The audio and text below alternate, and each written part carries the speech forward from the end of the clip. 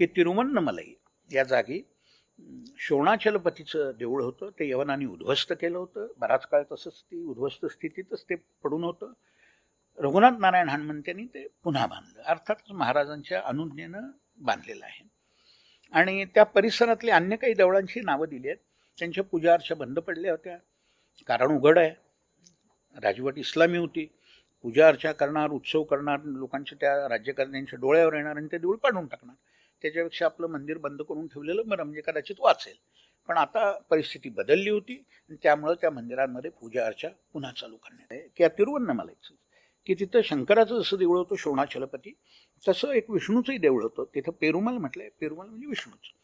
तर ही दोन्ही मंदिरं पाडून मुसलमानांनी तिथं मशिदी बांधलेल्या होत्या. शिवाजी महाराजांनी त्या पाडून टाकल्या. त्यापैकी जे शोणाचलपतीचं देऊळ होतं, शंकराचं देऊळ होतं, तिथं परत मंदिर बांधण्यात आलं. पण त्यानं हेही लिहिलंय की पूर्वीच्या नायक राजांनी त्या मंदिराचा बांधलेला जो सभामंडप होता, म्हणजे पुढचा भाग होता, तो तसाच होता, तो काही पाडलेला नव्हता.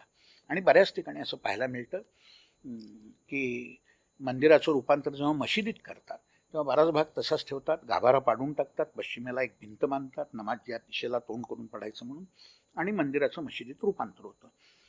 मराठ्यांच्या राजवटीत अशा काही मंदिरांचं ज्यांचं मशिदीत रूपांतर झालं होतं त्यांचं पुन्हा मंदिरात रूपांतर करण्यात आलं. आणि तुम्ही जर ते मंदिर जाऊन पाहिलं तर आज तुम्हाला शंका सुद्धा येणार नाही की ह्याची पूर्वी कधी मशीद झाली होती, कारण मी सांगितलं या पद्धतीनं केलं होतं. मराठ्यांनी एवढंच केलं, ती भिंत काढून टाकली आणि गाभारा परत बांधला, परत मंदिर झालं. मी अशी 2 मंदिरं पाहिलेली आहेत.